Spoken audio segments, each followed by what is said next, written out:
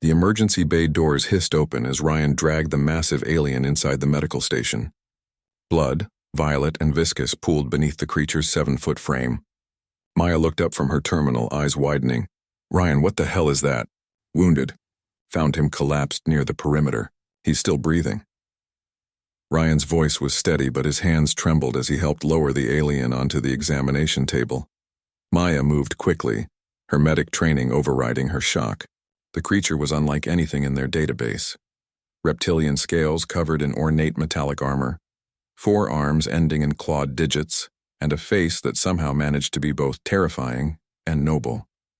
A deep gash ran across his torso, leaking that strange violet fluid. "Get the universal coagulant," Maya ordered, pulling on gloves. "And prep the scanner." "I need to know what we're working with." For the next 3 hours, Maya worked with the precision of a master surgeon. The alien's biology was exotic. 3 hearts, a decentralized nervous system, bones as dense as titanium. But the fundamentals were the same. Stop the bleeding. Repair the damage. Save the life. Ryan assisted, following her instructions without question. He'd seen Maya work miracles before, pulling colonists back from the brink with nothing but determination and skill. But this was different. This was first contact, and they were performing it with scalpels and sutures. As dawn broke over the colony, the alien's eyes finally opened.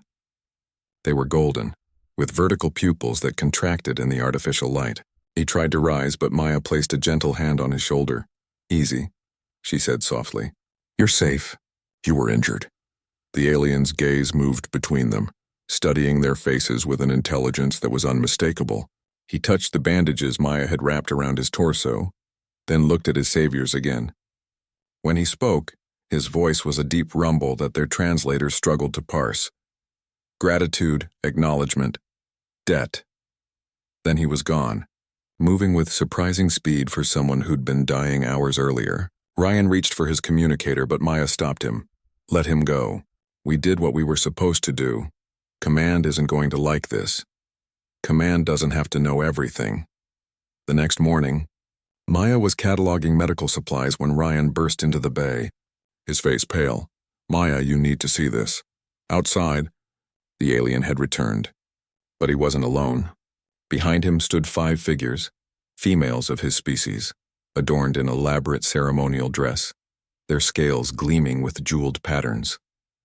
The alien chieftain, for that's clearly what he was, stood proud despite his bandages, and gestured toward the women with what could only be described as pride. The translator crackled to life. "Gift, honor debt, mates for healer, highest tribute." Maya felt her stomach drop. Oh no. A crowd of colonists had gathered, murmuring in confusion and fascination. Ryan stepped forward, hands raised in a peaceful gesture. "We appreciate the honor," he said carefully, "but we cannot accept." The chieftain's golden eyes narrowed. His hand moved to the weapon at his side. Maya pushed past Ryan, her medical instincts overriding her fear. "Wait, please, let me explain." She took a breath, trying to find the right words. "In our culture, we don't exchange people as gifts. These women, they're individuals, not property. And she gestured to herself, "I saved your life because that's what we do. We help those in need. No debt is owed." The translator struggled with the concepts. The chieftain stood motionless, processing. The 5 women watched with curious eyes, and Maya realized they were judging this moment too, trying to understand these strange humans. "Among my people," Maya continued, her voice stronger now, "the greatest honor you can give a healer isn't tribute or gifts. It's to live well with the life that was saved, to honor the second chance." The silence stretched. Ryan's hand hovered near his sidearm.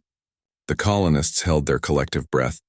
Then slowly the chieftain placed his fist over his hearts, all 3 of them, and bowed. It was a gesture of respect so profound that even without translation, everyone understood its meaning.